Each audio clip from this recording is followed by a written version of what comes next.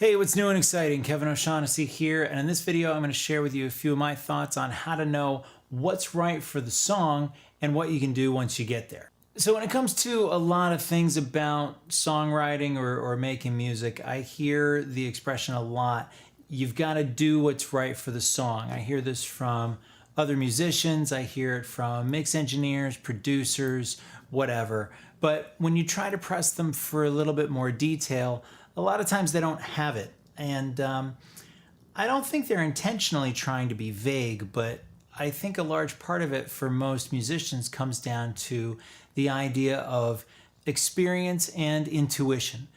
It's experience with the kind of music that they like, or the kind of music that they make or they produce. And so there are certain trends and certain things about that style of music that are acceptable, or that acceptable is not really the word that I'm looking for, but are very satisfying when you hear them. So people are drawing on that experience. They're drawing on their own taste, the things that they like and the things that they don't like, and they're drawing on a little bit of intuition to decide in the moment what's right for the song. And generally speaking, I'd say that there's really nothing wrong with that. The only problem that I've found in my own experience is that from time to time, what's right for the song in 1 week of, say, rehearsals somehow doesn't end up being right for the song in the following week of rehearsals. So there ends up being a lot of gray area as people's tastes change, or their mood changes, or something along that line. So what I'm hoping to do today is share with you a few ideas about what's just a better way of being able to finalize what's right for the song, so that you know beyond the shadow of most doubt. And I'm going to use my song Who Am I to describe and illustrate some of the things that I did once I figured out what the point of the song was.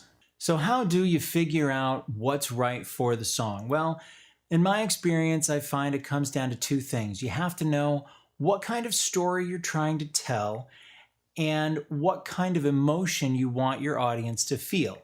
Now, obviously, you can't predict exactly how they're going to feel, but if you have some idea of what you want them to feel, then this can guide your creative decisions. So let's go back to the first one, this concept of story. Every song, no matter how you're writing that song, has some sort of a story to tell. Now, if you're the one who's writing the lyrics, you may have a very clear idea of what that story is right off the bat. Then again, you might not. Sometimes the actual story might be eluding you. Or maybe you didn't write the lyrics, in which case you have to kind of press your lyricist for what is the story of the song. So it's usually a very simple exercise that I do to kind of confirm my thoughts when I'm writing my own music. And if I'm working with another lyricist, then I'll sort of push them with this exercise as well. And it's very simple. You first ask them, what is this song about? And a lot of times you might get a pretty long, drawn-out explanation of the song. Then I will ask them if they can boil that description down to a single sentence. I don't know if you've seen this before when you're writing songs, but every once in a while, you might come across a musical idea that seems really, really cool, but then you listen to the song a while later and you think, well, God, why did we do that? And it could very well be because at the time you were creating the song, you didn't really have a clear idea of what the story was supposed to be. So if you can actually boil it all down to what's the most important element of the story, and you can boil that down to one sentence, now you've got focus. You can make sure that all of your creative decisions are going to support that focus. The next step is to figure out what the emotional content should be for this song. And usually what I will do is, if it's my own song, I'll take this step myself, or if it's another lyricist, I will ask them to take the sentence they've just created and see if they can boil that down into one word. And usually that word is the emotional center of the song. And so just like knowing the story, if you know the emotional center for the song, you can choose various techniques, you can choose various arrangement ideas that are going to support that. So for example, I mentioned we're going to be looking at my song, Who Am I? It's about trying to impress somebody when you don't have your act together, and there's a certain desperation that comes with that. In this case, that's the element of that kind of story that I was trying to convey, was the desperation about it. Obviously, there's a lot of different layers that could be explored with a story like that, but I chose to focus on the desperation of it. Since I had the story and the emotional content figured out, it became pretty easy to arrange this song. What I decided to do was use the same chord progression for both the verse and the chorus as kind of a common thread for this character. This guy's pretty much going through an identity crisis in this song, so each time that chord progression comes up, I change it. Let's listen to the first verse and I'll show you what I'm talking about. This, by the way, is the first verse and the pre-chorus. The lyrics start right away, but I'm going to mute them now so you can just hear the supporting element.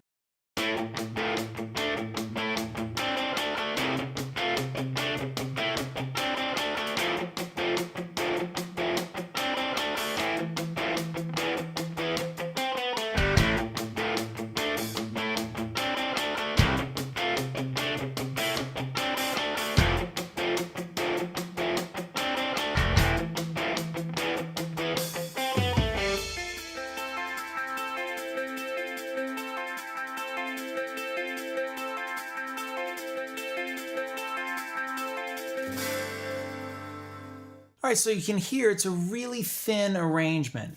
There's just the drums doing a little rim clicks on there to kind of give the sense of a little bit of urgency to it. It's a pretty quick pace, but I mean, not outrageously. It's 150 beats a minute. And it's really meant to just kind of draw you in to the singer's problem at this point. Moving on to the chorus, again, it's the same chord progression as it is in the verse. So the whole band is in, guitars, bass, and drums, and the drums are doing a halftime groove, and the bass and the guitars have a sort of a ping-ponging thing going on. Check it out.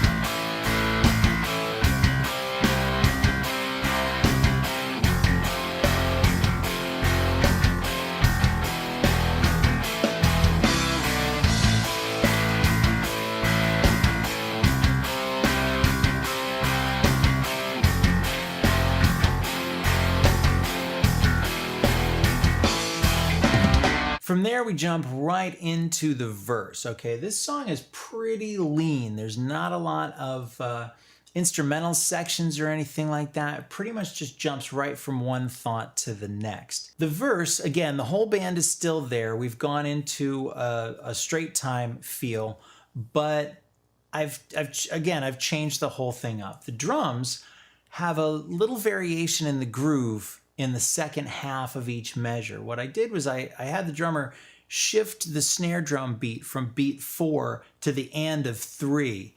It almost sounds like we're playing in an odd time signature, but we're not. In one of the guitar parts, you'll hear the original riff, as was in the first verse, but it's got a kind of a flanger effect on it. And then the other guitar is accenting along with the bass.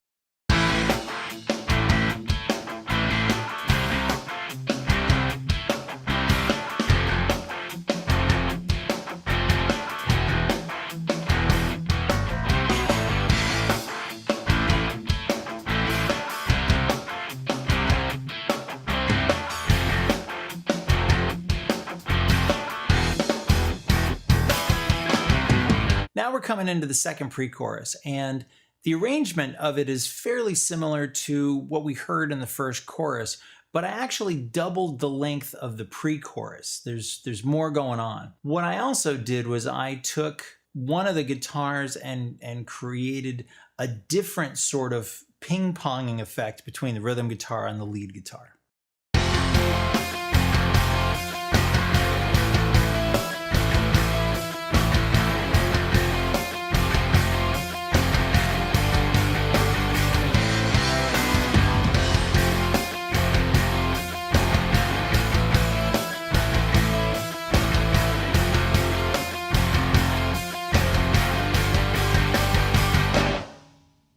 Right, as you can hear at the very end too, I also put in that little bit of a break to give a little anticipation coming into the chorus. So this second chorus is going to be a straight up driving rock kind of arrangement. But what I did was I took what was sort of a melody in the guitar part during the verse, and I actually broke that out specifically to be played in the lead guitar. All right, you'll hear it over here on the right side.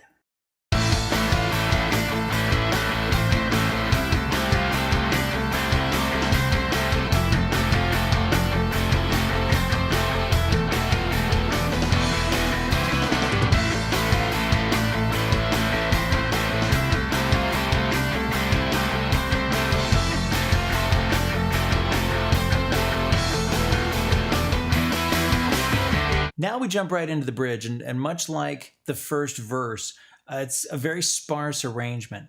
At this point in the song, we're finally getting an idea of what this character actually wants to be, okay? Up until this point in the tune, he's just sort of freaking out, asking himself, who am I, who am I, who am I? And now we get to hear what he wants. This is a brand new chord progression though, okay? That's very common with the bridge in a song to have a completely different mood. And so here it is.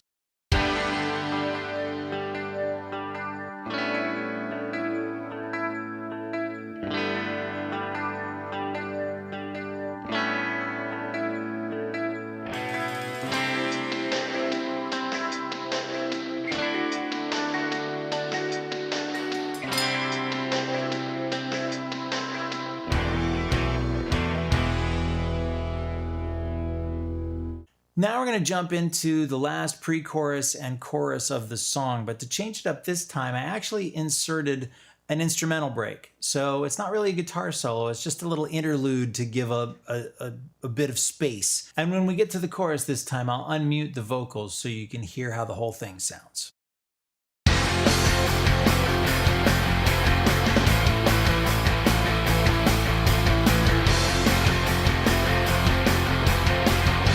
So here comes the instrumental break. This would be a quarter time groove in the drums.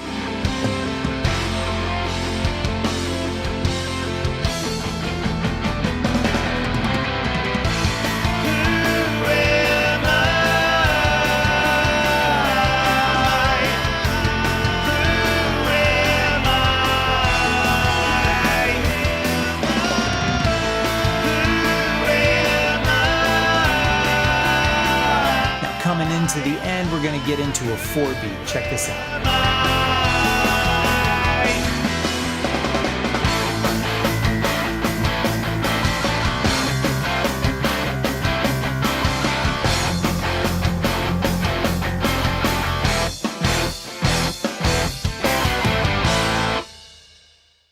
So that's the song. So quick recap. If you're trying to figure out how to create a part for a song that's going to be right for that song, you got to understand two things. You got to know what kind of story you're trying to tell and what is the emotional content that you're hoping your audience is going to feel. If you know both of those things and you're pretty focused about that, then the musical decisions become very simple.